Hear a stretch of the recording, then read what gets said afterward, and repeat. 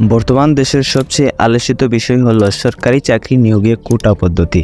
দেশের নিয়োগের প্রথম ও দ্বিতীয় শ্রেণীর প্রায় ৫৬% চলে যায় কোটায়, বাকি ৪৪% নিয়োগ দেওয়া হয় সাধারণ চাকরি প্রার্থীদের মধ্য থেকে। সেই বাংলার নতুন ভিডিওতে আপনাকে আবারও স্বাগতম।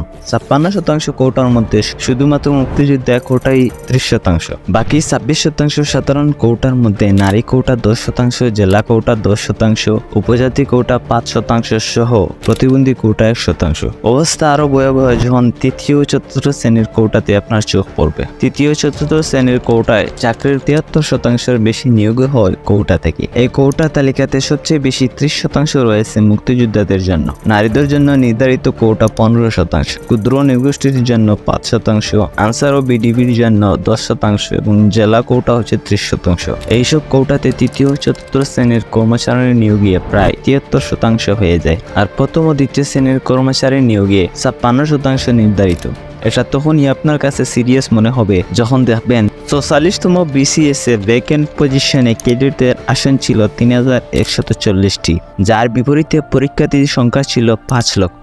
ছোট এইটুকু ডাটা আপনাকে ক্লিয়ারলি বুঝিয়ে দিচ্ছে কতটা কঠিন বা প্রতিযোগিতার মধ্য দিয়ে বিসিএস নামক সোনার হরিণীতে উত্তীর্ণ হতে হয়। ১৭ কোটি মানুষের এই দেশে সরকারের মোট জনবল হচ্ছে ১৩,৯৬,৮১৮ জন, যার মধ্যে ১০,১৮,৫৩৭ জন হচ্ছে তৃতীয় এবং চতুর্থ শ্রেণীর কর্মচারী। এই কর্মচারীদের প্রায় ৭৩% নিয়োগ হয় এই শ্রেণীর কোটা থেকে। ঠিক একইভাবে ৫৬% কোটায় প্রথম ও দ্বিতীয় শ্রেণীতে প্রায় ৪ লক্ষের কাছাকাছি কর্মচারী নিয়োগ হয়। এবার আপনি হিসাব করুন, দেশের মোট জনসংখ্যার মধ্যে এতিম, প্রতিবন্ধী, ক্ষুদ্র নৃগোষ্ঠী, মুক্তিযোদ্ধা এবং নারী সমাজ সহ কিংবা পিছিয়ে পড়া অন্যান্য যে কোনো সমাজ মিলে সবগুলোকে একত্র করলে তারা ২ থেকে ৩ কোটির বেশি ছাড়াবে না। মাত্র ২ থেকে ৩ কোটি মানুষগুলোকে সুবিধা করার জন্য প্রায় ১৪ থেকে ১৫ কোটি মানুষ এবং সে পরিবারগুলোকে সরকারি চাকরি থেকে কোটার মাধ্যমে বঞ্চিত করা হচ্ছে। কোনো সংবিধানের দরকার নেই, কোনো আইনের দরকার নেই। বাস্তব দৃষ্টিতে এটা সাধারণ নাগরিকের জন্য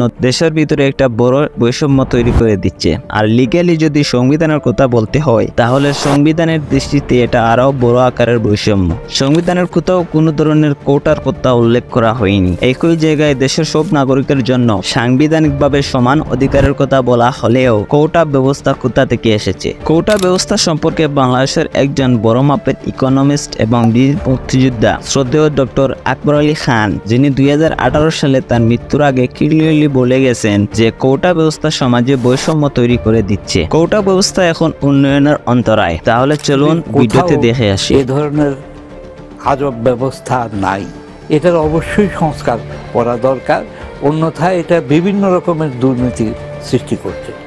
২ নম্বর হলো যে বাংলাদেশে ৫৫% পদে কোটা রয়েছে, এটা সংবিধান বিরোধী। কারণ সংবিধানের মূল নীতি হলো মেধাভিত্তিক যে প্রার্থী নির্বাচন করতে হবে। তবে বলা আছে যে মেধার ব্যতিক্রম করা যাবে অনগ্রসর জনগোষ্ঠীর জন্য। কাজে ব্যতিক্রম তো মূল নীতির চেয়ে বেশি হতে পারে না। মুক্তিযোদ্ধার সন্তান হলেই যে আপনার মুক্তিযুদ্ধের চেতনায় উদ্বুদ্ধ হবে তারও কোনো নিশ্চয়তা নাই, আর রাজাকারের সন্তানও যে রাজাকারের চেতনায় উদ্বুদ্ধ হবে তারও কিন্তু কোনো নিশ্চয়তা নাই। তো এই অবস্থাতে যেটা আমাদের করা দরকার সেটা হলো যে মুক্তিযোদ্ধা কোটাটা আরও সংকীর্ণ করা উচিত। অর্থাৎ সব মুক্তিযোদ্ধা এটা পাবে না, যারা অনগ্রসর জনগোষ্ঠী তারা এটা পাবে। বাংলাদেশের অধিকাংশ মুক্তিযোদ্ধারা ছিলেন গ্রামের সাধারণ জনগণ, যারা তৎকালীন সময়ে সরকারি চাকরি থেকে শুরু করে সকল ধরনের সুযোগ সুবিধা লাভের ক্ষেত্রেও পিছিয়ে ছিল। সেই সাথে যুদ্ধের সময় অনেকেই শহীদ হয়েছে, কেউ বা হাত পা হারিয়েছে, পঙ্গুত্ব হয়েছে, এবং যারা শারীরিকভাবে সুস্থতা নিয়ে বেঁচে ছিল তাদের অর্থনৈতিক অবস্থা খুবই শোচনীয় ছিল। এমন পরিস্থিতিতে দেশের স্বাধীনতার অবদান রাখা মহান বীর মুক্তিযোদ্ধা যেন সমাজে পিছিয়ে না পড়ে, সে কারণে তাদের জন্য সরকারি সরকারি চাকরিতে বিশেষ কোটার ব্যবস্থা করা হয়। তবে অনেক মুক্তিযোদ্ধাই শিক্ষিত ছিলেন না বা তাদের সরকারি চাকরি করার বয়স অথবা যোগ্যতা ছিল না। সেক্ষেত্রে মুক্তিযোদ্ধাদের সন্তানদের ক্ষেত্রেও সরকারি চাকরির বিশেষ কোটা সুবিধার আওতায় অন্তর্ভুক্ত করা হয়। মুক্তিযোদ্ধাদের জন্য এই কোটা পদ্ধতি তৈরি হয়েছিল একটি অন্তর্বর্তীকালীন বা অস্থায়ী নিয়োগ ব্যবস্থার মাধ্যমে, যা পরবর্তী সময়ে দীর্ঘ সময় ধরে চলমান ছিল। এক পর্যায়ে মুক্তিযোদ্ধাদের দ্বিতীয় প্রজন্ম ছাড়িয়ে তৃতীয় প্রজন্ম অর্থাৎ মুক্তিযোদ্ধাদের নাতি নাতনিরাও সরকারি চাকরির ক্ষেত্রে মুক্তিযোদ্ধা কোটা ব্যবহারের সুযোগ পেতে থাকে।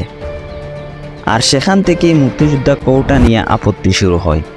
সংবিধানে সমাজের অনগ্রসর শ্রেণীকে সুবিধা দেওয়ার কথা বলা হয়েছে। এখানে অনগ্রসর শ্রেণীর মধ্যে নারীদেরও অন্তর্ভুক্ত করা হয়েছে, কিন্তু কোথাও মুক্তিযোদ্ধাদের কথা আলাদাভাবে উল্লেখ করা হয়নি, কারণ সকল মুক্তিযোদ্ধাই হতদরিদ্র বা গ্রামের পিছিয়ে পড়া জনগণ ছিলেন না। অনেক শহরে এবং ধনীরাও মুক্তিযুদ্ধে অংশগ্রহণ করেছে। সে কারণে মুক্তিযোদ্ধাদের এক বাক্যে অনগ্রসর বা পিছিয়ে পড়া জনগোষ্ঠী হিসেবে উল্লেখ করার কোনো সুযোগ ছিল না। বাংলাদেশের দীর্ঘদিন পর্যন্ত প্রথম ও দ্বিতীয় শ্রেণীর সরকারি চাকরিতে 56% কোটা প্রচলিত ছিল।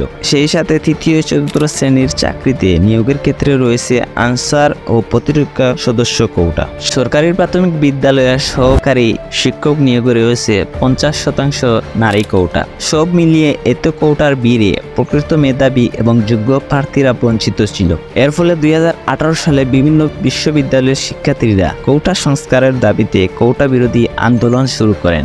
শিক্ষার্থীদের দাবি ছিল কোটা 56% থেকে নামিয়ে 10% করা হোক। বিশ্ববিদ্যালয়ের শিক্ষার্থীদের দাবির মুখে 2018 সালে জনপ্রশাসন মন্ত্রণালয় পরিপত্র জারির মাধ্যমে পুরো কোটা পদ্ধতি বাতিল করে দেয়। কিন্তু 2021 সালে কয়েকজন মুক্তিযোদ্ধার সন্তান 30% মুক্তিযোদ্ধা কোটা ফিরে পাওয়ার জন্য উচ্চ আদালতে রিট করেন। তারই প্রেক্ষিতে হাইকোর্ট 2024 সালের জুন মাসের 5 তারিখে মুক্তিযোদ্ধা কোটা বাতিলের সরকারি সিদ্ধান্তকে অবৈধ ঘোষণা বলে রায় দেয়। এর মাধ্যমে প্রথম ও দ্বিতীয় শ্রেণীর সরকারি চাকরিতে 30% মুক্তিযোদ্ধা কোটা আবার পুনর্বহাল হয়ে যায়। হাইকোর্টের এই রায়ের পর থেকে তা বাতিলের দাবিতে শিক্ষার্থীরা আন্দোলন শুরু করেছে।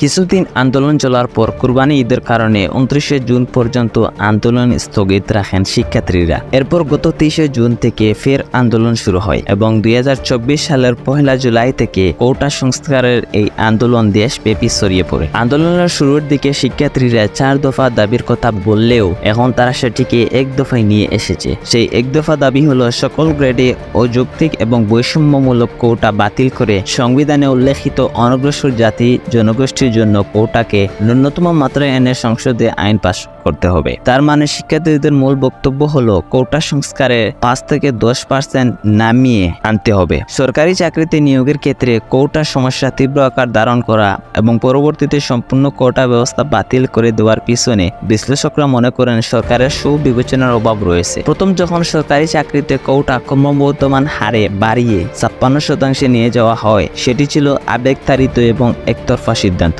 অন্যদিকে বাতিলের ক্ষেত্রেও কোটা ব্যবস্থার সংস্কার না করে সরকার এক প্রকার জেদের বসে সকল কোটা বাতিল করে দেয়। কোটার বিরুদ্ধে যারা আন্দোলন করেছিল তারা কোটা সম্পূর্ণ বাতিল করার জন্য দাবি করেনি।